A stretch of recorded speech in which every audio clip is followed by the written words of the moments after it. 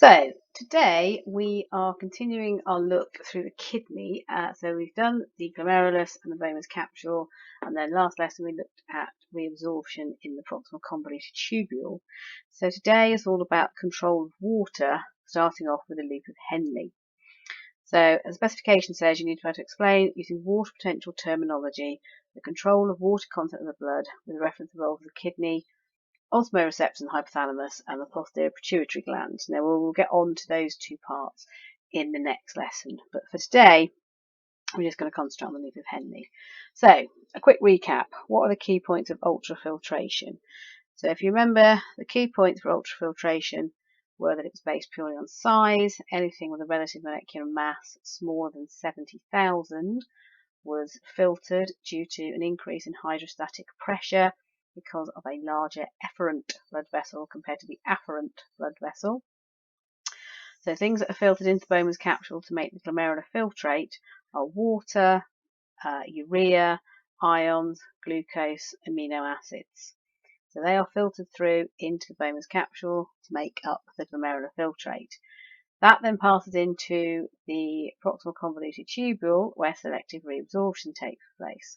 So for selective reabsorption to take place, the cells of the proximal convoluted tubule have microvilli to increase surface area, lots of mitochondria to release energy, infoldings in the basal membrane. And it's in this basal membrane that there is located a sodium pump. That sodium pump pumps sodium ions into the blood, lowers the concentration of sodium ions inside the cells. That then means that there's a concentration gradient between the glomerular filtrate and inside the cells. So the glucose comes in with the sodium ions via a co-transporter into the cells. And then the glucose diffuses into the blood. So by the end of the proximal convoluted tubule, all of the glucose and the amino acids should have been reabsorbed back into the bloodstream. So now, in the loop of Henle, we've got a situation where we have got water, ions, and urea. So it says there, this is what's happened so far. All the small molecules are filtered in the Bowman's capsule by ultrafiltration. All glucose, amino acids, and some ions were reabsorbed by diffusion and active transport. And 80% of the water has also passed back into the blood via osmosis. So now we're going to go into the loop of Henle. So, the loop of Henle. Basically, the job of the loop of Henle is to create a high concentration of salts in the medulla so that water gets reabsorbed from the collecting duct and produces a hypertonic or concentrated urine. So the idea is that we've still got quite a bit of water in the glomerular filtrate that's in the loop of Henle now, and we need to get a lot of that back into the blood. And the way that the kidney does this is it produces a very high concentration of salts in the medulla, so in the part of the kidney in the middle where the loop of Henle is located, and then that draws water out down the water potential gradient from inside the loop of Henle into the medulla and from there into the blood, which is still a low water potential, and then it can be reabsorbed. So this is the structure of our loop of Henle. It's made up of two limbs. I apologise for the quality of the drawing. The descending limb is narrow, it has very thin walls, and is highly permeable to water. The ascending limb, so the one that goes up, has wider, thicker walls, but importantly, they are impermeable to water. Okay, so our descending limb, descending limb, very narrow, very thin, highly permeable. Ascending limb, wider and thicker, and are impermeable. Okay, so let's start by discussing what happens. So the first thing that happens, so remember this is the descending, this is the ascending. The ascending limb actively pumps out sodium and chloride ions. I haven't done any chloride ions on the diagram, but they're sodium and chloride ions into the medulla. Now again, it's really hard, but you have to picture this as a three-dimensional structure. So you haven't just got one loop of Henle here, got one loop of Henle here, one loop of Henle here, and all between that is the medulla. And the sodium and chloride ions are actively pumped out of the ascending limb. This then lowers the water potential of the medulla between the two limbs, and not just between the two limbs, all the medulla surrounding all of the loops of Henle from all of the nephrons. And remember, there's about 1 million nephrons in each kidney. So what we've got now is a very concentrated medulla with lots of sodium and chloride ions. What that then does is, because we've got a lower water potential in the medulla here, it draws water out of the descending limb by osmosis, and that water will then pass into the bloodstream, because the bloodstream's also got a low water potential, and be taken away. All right, but because the ascending limb is impermeable, it doesn't draw any water out of that. So we've got sodium ions coming out of the ascending limb, lowering the water potential of the descending limb, drawing water out into the medulla and there into the blood. Now, this then means that some of the chloride ions and the sodium ions then enter the descending limb, okay? But that doesn't interfere with the movement of water outside. So basically what is going on here, so we started off at the top with a lot of water, some sodium ions, some chloride ions, some urea, okay? And then as we pass down the descending limb, water is going out and sodium and chloride ions are also going in. So this means right down here at the bottom, at the hairpin, we reach the lowest water potential. It's the most concentrated. It's got the most amount of ions in it. But it hasn't got so it's got most amount of ions in it, and it's got the least amount of water that it's going to have, because as we're going up here, remember, this is impermeable to water, so water can't move out. Okay. So this has made our urine very concentrated, and its minimum water potential down here. But as we then go back up the ascending limb, okay, so the filtrate starts to go up and the sodium potassium ions are being pumped out, that actually is going to lower the concentration of salts in the urine because they are now being pumped out. Okay, sorry, I'll leave that a little bit. All right, so the water potential increases. Now, the best way to sort of show you this is actually to have a look at this diagram here.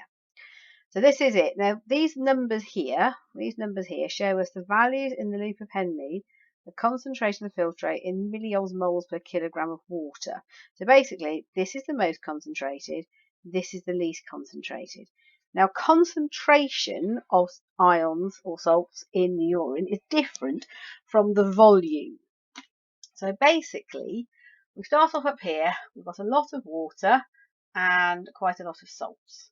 The concentration increases as it goes down for two reasons.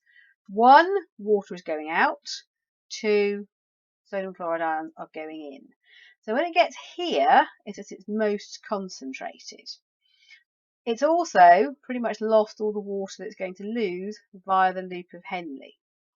As it goes up the ascending limb, the concentration decreases, not because the volume of water changes, but because we are pumping out the sodium and chloride ions into the medulla area here. Okay, so by the time we get up here, we've got essentially the same volume of water. That hasn't changed because this is impermeable to water, but it's become less concentrated because we've removed some of the ions. Now, this is known as a counter-current multiplying mechanism because these two systems run in opposite directions. And we have come across a counter-current system before in the gills of a fish, if you remember. Because these two run in opposite directions, it means that we can increase the concentration of the urine and reabsorb as much water as possible. Now, that is really important in desert living animals. They have very long loops of Henle, so that this process can go on for much longer and reabsorb an awful lot more water than you need to if you live in a freshwater environment. So, the other thing that happens in the loop of Henle is our loops of Henle all connect up to our collecting ducts. Now we're going to look more at the collecting ducts next lesson, but essentially this lowering in concentration and increasing in ion concentration within the medulla can, if circumstances require it, draw water out of the collecting duct as well to reabsorb even more water. Now what is missing from this diagram are the blood capillaries. So the blood capillaries will, be running all the way over and round these loops of Henle, okay, all the time while this is going on. And the water will be passing into the blood capillaries, and then the blood capillaries will be passing off via the renal vein back to the body. Okay, so the purpose of the loop of Henle is so we reabsorb 80% of the water we need to back up here, but it's to reabsorb even more water here, and it does that, as I said, by pumping out the sodium ions and chloride ions, lowering the water temperature to this area here, drawing water out of the descending limb, and therefore that then passes into the bloodstream. Now, this graph here is a really interesting graph to look at, and it's about the concentration in the filtrate relative to the concentration in the renal capsule. So here is what we started off with in our renal capsule. Okay, so this is our concentration here, and everything is given a value of 1. So as we pass down the proximal convoluted tubule, our concentration of glucose drops pretty much to 0 because it is all actively reabsorbed. Our concentration of urea, you will notice, goes up.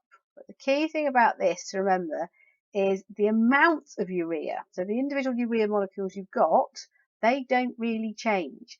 The reason they go up is because everything else is being removed.